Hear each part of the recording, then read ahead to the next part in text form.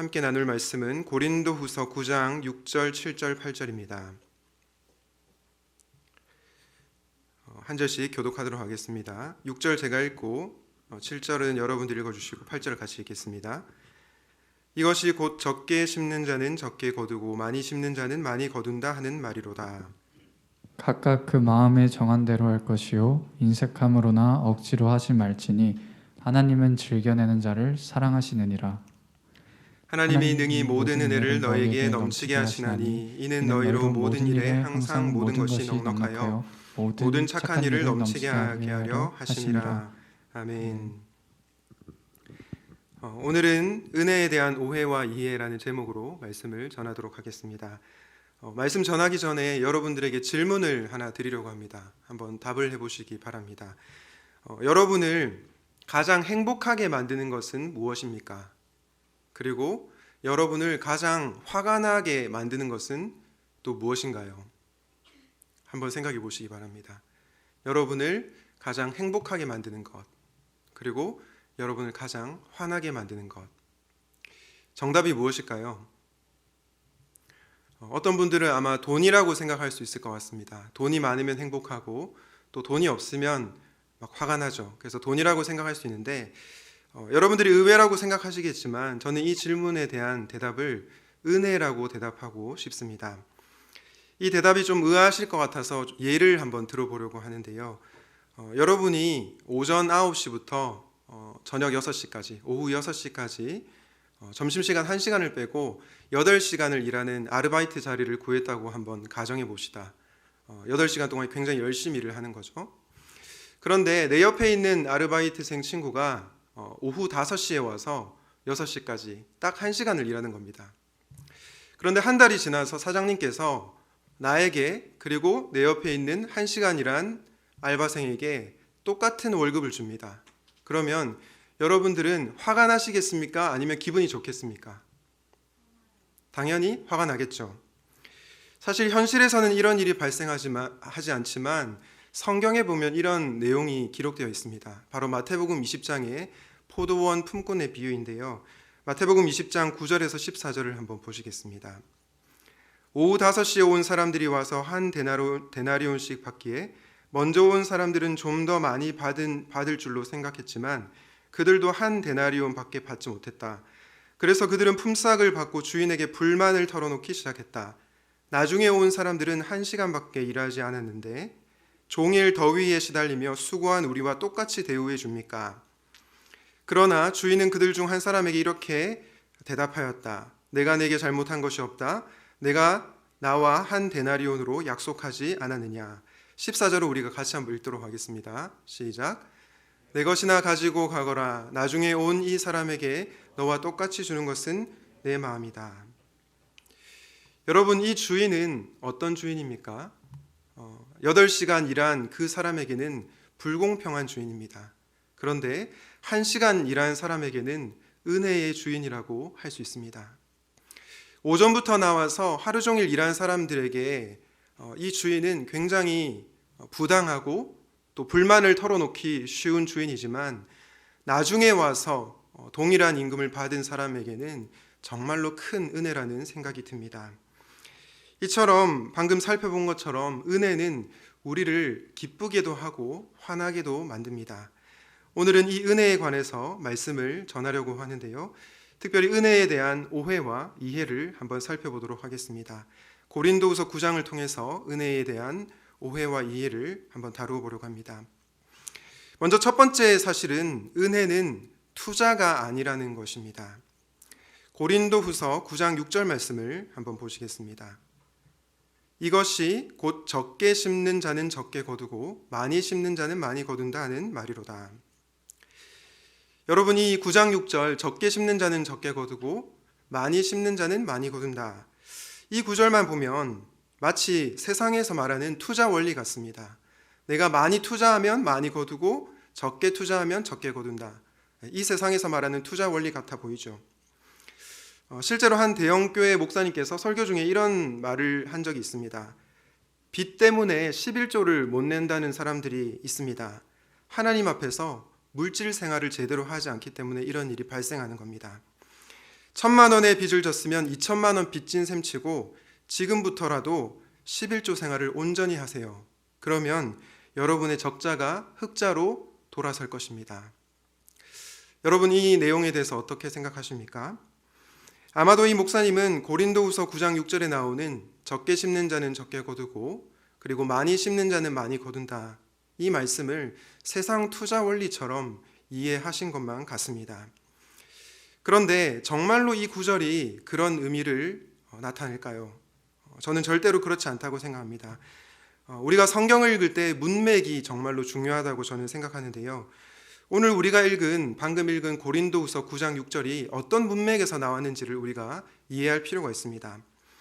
얼핏 보면 이 말씀이 투자에 관한 말씀 같지만 사실은 고린도후서 8장과 9장을 여러분들이 쭉 읽어보시면 결국은 이 말씀이 은혜에 관한 말씀이라는 것을 알 수 있습니다.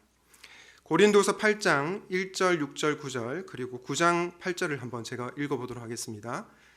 형제들아, 하나님께서 마게도냐 교회들에게 주신 은혜를 우리가 너희에게 알리노니 그러므로 우리가 디도를 권하여 그가 이미 너희 가운데서 시작하였은즉 이 은혜를 그대로 성취하게 하라.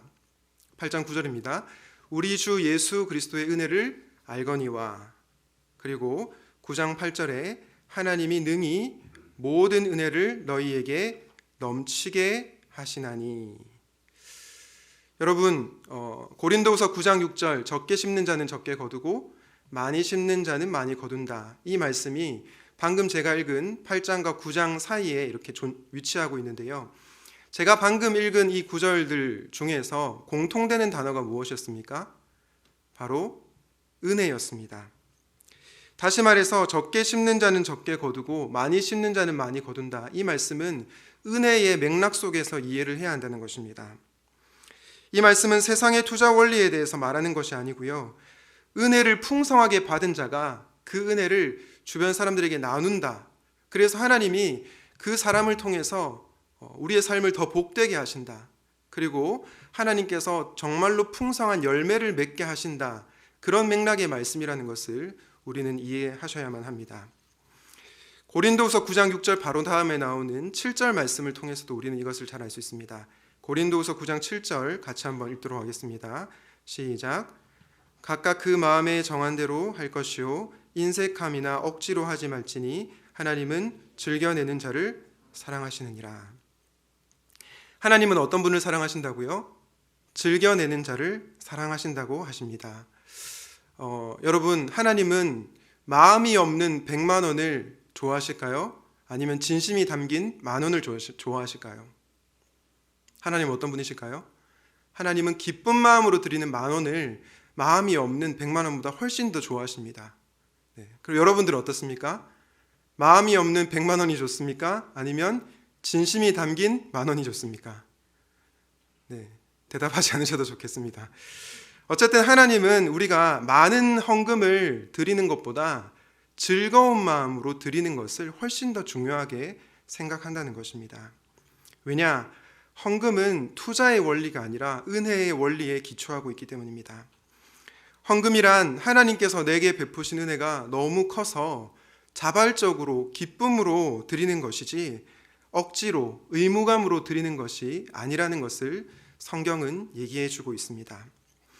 만약 우리가 투자의 원리에 기초해서 생각한다면 우리는 절대로 기쁜 마음으로 헌금할 수 없습니다. 왜냐하면 내가 투자한 만큼 돌아와야 하는데 보상을 받지 못하면 거기에 화가 나고 불만이 쌓이기 때문이죠. 실제로 예전에 한 이민교회의 성도님께서 7년 가까이 교회를 위해서 정말 많은 헌금을 했습니다. 그래서 우리가 이제 다음 주에 직분자 선거를 하는데 이 교회에서도 직분자 선거가 열렸습니다. 그런데 7년간 정말 많은 돈을 헌금한 이 성도님이 집사님이 되셨을까요? 안 되셨을까요? 애석하게도 되지 않았습니다. 그런데 그 옆에 이 성도님보다 훨씬 더 적게 헌금을 하신 분이 집사가 되었습니다. 그래서 이 7년간 많은 헌금을 한 성도님이 담임 목사님을 찾아갔다고 합니다. 그리고 뭐라고 얘기냐면, 목사님, 제가 지난 7년간 헌금한 거 돌려주세요, 이렇게 얘기를 했다고 합니다. 참 웃긴 얘기처럼 들리지만 사실은 현실에서 일어날 수도 있는 일입니다. 저는 인간적으로 이 성도님의 마음이 속상한 것이 충분히 이해가 됩니다. 그래서 특별히 이분을 정죄하고 싶은 마음이 없습니다. 왜냐하면 저도 제가 투자한 만큼, 제가 노력한 만큼 그에 대한 대가나 보상이 주어지기를 바랄 때가 너무나도 많기 때문이죠. 실은 우리 모두에게는 그런 면이 있다고 할 수 있겠습니다. 그런데 왜 우리가 심은 만큼 거두지 않으면 속상해하고 화가 날까요? 그것은 우리가 은혜를 모르기 때문입니다. 세상의 투자 원리처럼 신앙생활을 하고 있기 때문입니다. 혹시 여러분에게는 이런 마음이 있지는 않습니까? 비단 헌금뿐만이 아닙니다. 우리가 봉사하는 것도 마찬가지입니다. 내가 열심히 섬겼는데 왜 나에게 취업을 시켜주지 않는 거야?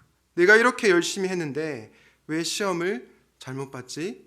이렇게 생각하면서 하나님께 서운한 마음이 생길 수가 있는 것입니다. 이런 생각의 근원을 따라가 보면 우리의 내면 깊은 곳에 투자의 원리가 자리 잡고 있다는 것을 알게 됩니다. 사랑하는 청년 여러분, 사랑하는 성도 여러분, 혹시 여러분에게는 은혜를 투자로 생각하는 경향이 있지는 않습니까? 내가 투자한 만큼, 내가 노력한 만큼 대가를 받아야 한다는 생각이 있다면 은혜는 그런 것이 아니라는 것을 오늘 말씀을 통해서 깨달을 수 있기를 바랍니다. 은혜에 대한 오해와 이해라는 제목으로 말씀을 전하고 있는데요. 이번에는 은혜의 오해가 아니라 은혜의 바른 이해, 은혜의 특징을 한번 살펴보려고 합니다. 은혜의 특징 중에 하나는 바로 은혜는 덮친다라는 것입니다. 제가 덮친다라고 하니까 어떤 분들은 이 말을 좀 부정적으로 생각하실지 모르겠습니다. 주로 이 덮친다라는 말이 보통은 부정적인 맥락에서 사용되기 때문이죠. 제가 인터넷 포털 검색란에 이 덮친다라는 단어를 쳐봤는데요. 이런 문장이 나오더라고요. 코로나19 경제를 덮친다. 역대급 부동산 거품 폭발이 곧 덮친다. 거대 쓰나미 30년 내 지중해 연안을 덮친다. 이 모든 단어는 부정적인 의미이죠. 그런데 은혜가 덮친다라고 하는 이 말씀은 부정적인 맥락이 아니라 긍정적인 의미로 사용될 수 있는 말입니다. 사실 코로나가 부동산 거품 폭발이 그리고 쓰나미가 덮치는 경우는 너무나도 불행한 것이죠. 그런데 은혜가 저와 여러분을 덮치는 것은 너무나도 행복한 일입니다. 이승우 씨가 쓴 사랑의 생애라는 소설책이 있는데요. 이 책에 보면 이런 문장이 있습니다. 사랑은 덮친다. 그러면 당신은 도리 없이 사랑을 품은 자가 된다. 여러분 이 말이 좀 공감이 되십니까? 사랑을 해본 사람은 이 말이 어떤 말인지 알 것입니다. 내 안에 사랑이 가득해서 오직 사랑만 생각하며 사는 자가 된다는 것입니다. 다른 것이 들어올 자리가 없을 정도로 내 안에 사랑이 충만하다는 것입니다. 그러면 은혜가 덮친다는 말은 무슨 뜻이겠습니까? 은혜가 내 안에 충만해서 은혜 말고는 다른 것이 생각이 안 난다는 것입니다. 내 안에 은혜가 가득해서 오직 은혜만을 생각하며 살아가게 된다는 것입니다. 이 내용이 고린도후서 9장 8절에 나오는데요. 우리 9장 8절을 같이 한번 읽도록 하겠습니다. 시작. 하나님이 능히 모든 은혜를 너희에게 넘치게 하시나니 이는 너희로 모든 일에 항상 모든 것이 넉넉하여 모든 착한 일을 넘치게 하게 하려 하심이라. 여러분 이 8절에서 덮친다라는 단어가 눈에 들어오십니까? 네, 믿음의 눈으로 보시면 보이실 겁니다. 덮친다라는 단어는 어떤 단어냐면 바로 넘치게 하신다라는 단어입니다. 왜냐? 내 키를 넘는 파도가 나를 덮치면 그것이 흘러 넘치게 되어 있죠. 마찬가지로 은혜의 파도가 나를 덮치면 그 은혜가 넉넉하게 넘쳐서 흘러간다는 것을 얘기해 주고 있습니다. 이렇게 은혜가 우리를 덮치면 우리는 도리 없이 은혜를 품은 자가 되고 오직 은혜 안에 거하며 살게 된다는 것입니다. 지난주 사남사밤 시간에 저희 교단의 한 목사님이신 김태규 목사님께서 오셔서 설교를 해주셨는데요. 그때 목사님께서 데살로니가전서 5장 18절 말씀을 전해주셨습니다. 우리가 너무나 잘 아는 범사에 감사하라, 이 말씀이었습니다. 그때 목사님께서 특별한 말씀을 전하신 것이 아니었습니다. 그냥 범사에 감사하라고 하는 것은 내게 좋은 일이 있을 때만 감사하는 것이 아니라 내게 어려운 일이 있어도 힘든 일이 있어도 감사하는 것이다. 그러므로 여러분, 힘든 상황 속에서도 감사하십시오, 이런 말씀을 전했습니다. 여러분, 이 내용을 모르는 사람이 누가 있겠습니까? 너무 당연하고 어찌 보면 뻔한 말씀이라고 할 수 있습니다. 그런데 지난주 수요일 사남사범 시간에 제가 좀 특별한 경험을 했는데 말씀의 은혜가 저를 덮쳤습니다. 그래서 제 입술에 저도 모르게 감사의 고백이 터져 나오더라고요. 사실은 제가 요즘에 너무 바쁘고 또 힘든 일상을 보내고 있어서 때로는 투덜거리기도 하고 또 한숨도 많이 쉬었던 것 같습니다. 그런데 지난주 말씀의 은혜가 저를 덮치니까 저도 모르는 사이에 감사의 고백이 터져 나오더라고요. 물론 이런 경험이 매번 일어나는 경험은 아닐 수 있습니다.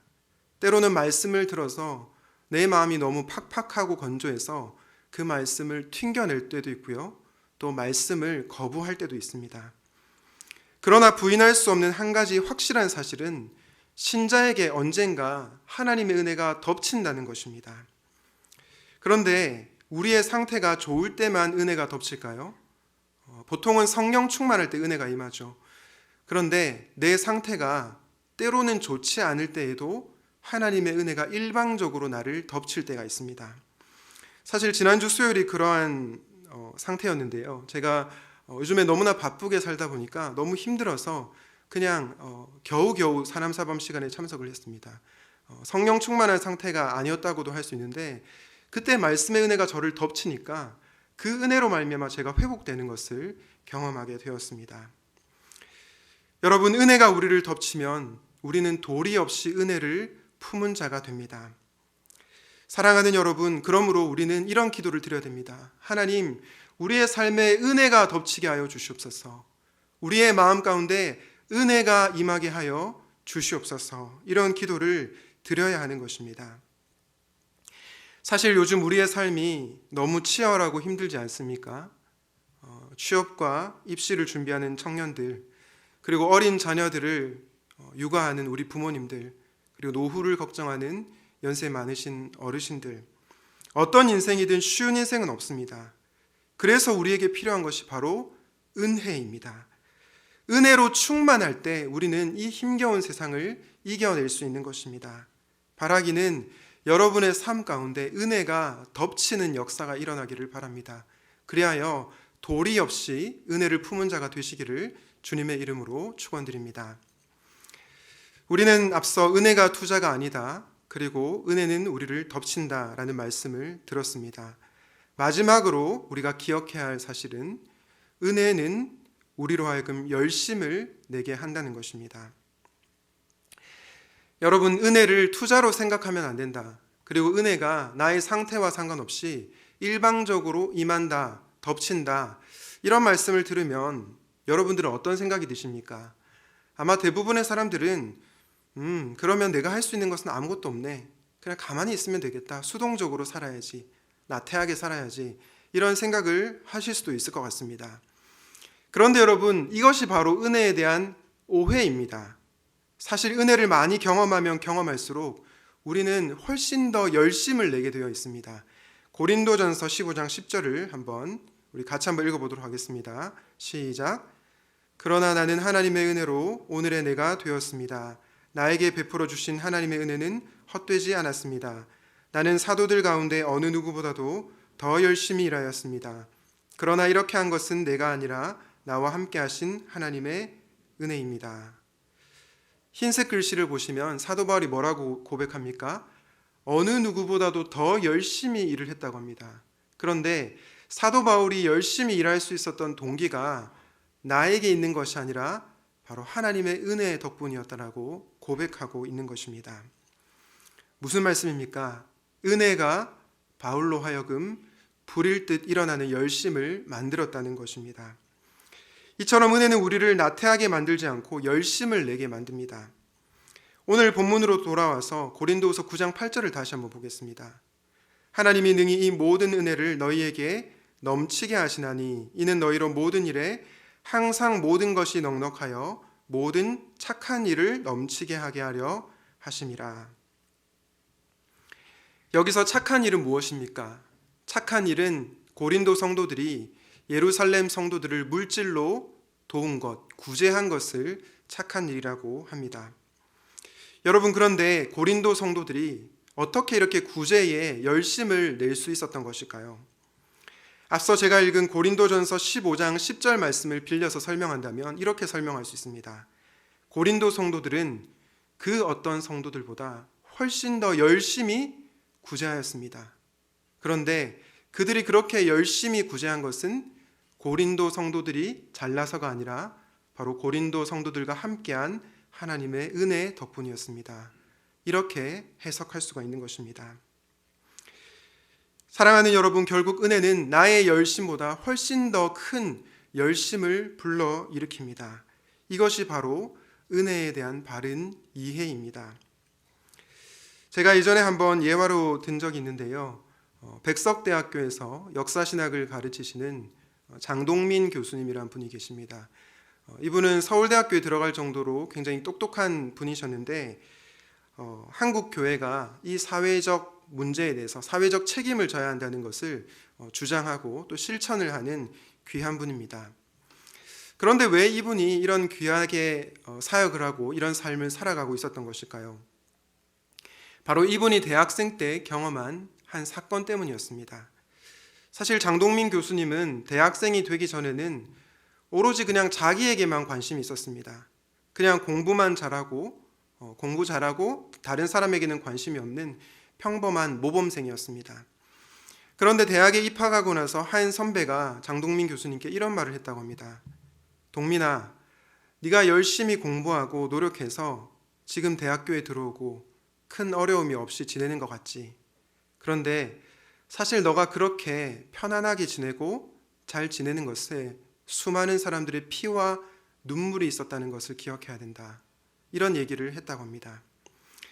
장동민 교수님은 이 선배의 말을 듣고 충격에 빠졌습니다. 왜냐하면 내가 노력해서 좋은 대학에 들어왔고 내가 노력해서 내 삶을 잘 살고 있었다고 생각했기 때문이었죠. 그런데 이 선배의 말을 듣고 자신의 인생을 한번 쭉 파노라마처럼 돌아봤다고 합니다. 그런데 자기를 도와줬던 사람들, 그리고 하나님의 은혜가 특별히 임해서 자기가 이런 인생을 살고 있구나라는 것을 깨닫게 되었다고 합니다. 그러면서 자신이 이렇게 지낼 수 있는 것이 당연한 것이 아니라 하나님의 은혜였구나라는 것을 깨닫게 되었다고 합니다. 그 경험 후에 장동민 교수님은 이제는 더 이상 자기 자신만을 위해 살아가지 않고 다른 사람을 섬기는 삶을 살아야겠다라는 생각이 들었다고 합니다. 그리고 이분은 학자로서 또한 목회자로서 이 시대를 향한 고민을 갖고 지금도 살아가고 있습니다. 지금은 아니지만 이분이 백석대학교의 담임 목사님으로 사역하실 때 교회에서 낙성대역 쪽에 청년들을 위한 이음 카페를 만들었습니다. 사진을 한번 보여주실까요? 여기 사진에서 보시는 것처럼 청년들이 카페를 이용하고 있죠. 그런데 이 공간은 1인 가구 청년들이 자유롭게 와서 무료로 커피도 마시고 또 밥도 해 먹을 수 있고 무료로 스터디를 할 수 있는 모든 1인 가구 청년들에게 열려있는 카페입니다. 이 공간을 이용한 한 취준생 청년이 이렇게 얘기를 했다고 합니다. 보통은 카페에 가서 공부하고 차를 마시면 하루에 10,000원에서 20,000원 정도 드는데 이 카페를 이용하니까 무료로 이용할 수 있어서 너무나 감사하고 또 이 카페가 너무 귀한 것 같습니다. 이런 고백을 했다고 합니다. 여러분, 장동민 교수님이 좋은 대학을 나오고 또 자신만을 위해서만 살 수 있는데 왜 이런 삶을 살게 된 것입니까? 왜 청년들을 위해서 이런 섬김을 실천하신 것입니까? 바로 은혜의 덕분입니다. 은혜가 이 교수님으로 하여금 다른 사람을 섬기는 데 열심을 내게 만들었던 것입니다. 바울이, 고린도 성도들이, 그리고 장동민 교수님이 다른 사람을 섬기는 데 열심을 낸 것은 다른 것이 아니라 바로 은혜 덕분이었습니다. 이처럼 은혜는 하나님의 사람으로 하여금 열심을 불러일으키는 것입니다. 그렇다면 여러분, 마지막으로 이 중요한 것을 하나 다루려고 합니다. 세상 사람들이 열심히 살아가는 것과 은혜 안에서 열심히 살아가는 것에는 어떤 차이가 있을까요? 저는 이렇게 말씀드리고 싶습니다. 세상 사람들의 열심은 결핍을 채우기 위한 열심이지만 은혜 안에서의 열심은 그리스도로 충만해서 하는 열심입니다. 한 번 더 말씀드리겠습니다. 세상 사람들의 열심은 결핍을 채우기 위한 열심이지만 은혜 안에서의 열심은 예수 그리스도로 충만해서 하는 열심입니다. 여러분, 이 세상 사람들은 나의 결핍을 채우기 위해서 살아갑니다. 예를 들어볼까요? 사람들은 왜 주식 투자를 합니까? 내가 가진 돈이 부족하다고 느끼기 때문입니다. 내가 가진 돈이 부족하다고 느끼니까 열심히 주식 투자를 해서 나의 결핍을 채우려고 하는 것입니다. 반면에 은혜 안에서 사는 사람들은 말씀드린 것처럼 그리스도로 인하여 충만하여 열심을 내게 됩니다. 여러분, 이 그리스도는 어떤 분이십니까? 우리가 지난주 말씀을 통해서 확인했는데요. 우리 다 같이 고린도후서 8장 9절 말씀을 한번 읽어보도록 하겠습니다. 시작. 우리 주 예수 그리스도의 은혜를 너희가 알거니와 부요하신 이로써 너희를 위하여 가난하게 되심은 그의 가난함으로 말미암아 너희를 부요하게 하려 하심이라. 여러분, 고린도후서 8장 9절을 통해서 우리가 알게 되는 예수님은 어떤 분이십니까? 먼저 예수님은 부요하신 분이십니다. 다르게 말하면 그분은 결핍이 전혀 없으신 분이십니다. 그런데 그 결핍이 없으신 부요하신 분께서 왜 가난하게 되셨습니까? 바로 저와 여러분을 부요하게 하기 위해서 가난하게 되셨습니다. 사랑하는 여러분, 우리 주 예수 그리스도께서는 우리를 구원하기 위해서 열심을 내셨습니다. 십자가에서 죽기까지 열심을 내셨습니다. 자기를 완전히 내어주는 열심을 내셨습니다. 그 이유가 무엇입니까? 우리를 부요케 하기 위해서, 우리를 살리기 위해서 열심을 내신 것입니다. 그로 말미암아 우리는 어떤 존재가 되었습니까? 그분의 은혜로 말미암아 부요한 자가 되었습니다. 그분으로 인해서 우리는 결핍의 존재가 아니라 충만한 존재가 되었습니다. 그러니 우리는 그분의 충만으로 인해서 열심히 다른 사람들을 섬기는 데까지 나아가게 되어 있다는 것입니다. 고린도 성도들이 열심을 내어서 예루살렘 성도들을 돕고 구제한 이유는 그들이 바로 주 예수 그리스도의 은혜를 경험했기 때문입니다. 그러므로 우리는 그 무엇보다도 하나님의 은혜를 구해야 합니다. 바라기는 예수 그리스도로 충만하여서 선한 일에 열심을 내는 사랑하는 청년들이 되시기를 주님의 이름으로 축복합니다. 말씀을 맺도록 하겠습니다. 사랑하는 여러분, 저와 여러분이 지금 누리고 있는 그 모든 것은 사실은 당연한 것이 아니라 하나님의 은혜입니다. 여러분이 잘했기 때문에 대가나 보상으로 주어진 것이 아니라 하나님께서 우리에게 베풀어 주신 선물입니다. 자격 없는 저와 여러분에게 주신 하나님의 은혜입니다. 이 은혜를 아는 사람은 결코 투자하듯이 신앙생활을 하지 않습니다. 혹시 여러분에게 이 은혜가 없다면 오늘 말씀을 듣고 기도하실 때 하나님, 은혜가 내 삶에 덮치게 하여 주시옵소서. 그리하여서 도리 없이 은혜를 품은 자가 되게 하여 주시옵소서라고 기도하시기 바랍니다. 나아가 내 결핍을 채우기 위해서 열심히 살아가는 세상 사람들이 되는 것이 아니라 그리스도로 충만하여서 열심을 내는 저와 여러분이 되면 좋겠습니다. 부요하신 예수 그리스도께서 나를 부요케 하기 위해 가난하게 되셨음을 기억하십시오. 그리고 그 그리스도로 충만하여서 은혜를 흘려보내는 인생을 사십시오. 바라기는 이번 한 주 여러분의 삶이 은혜로 충만하고 그 은혜를 흘려보내는 삶이 되시기를 주님의 이름으로 축원드립니다. 아멘. 오늘 말씀을 기억하면서 함께 충만이라는 찬양 함께 찬양하도록 하겠습니다.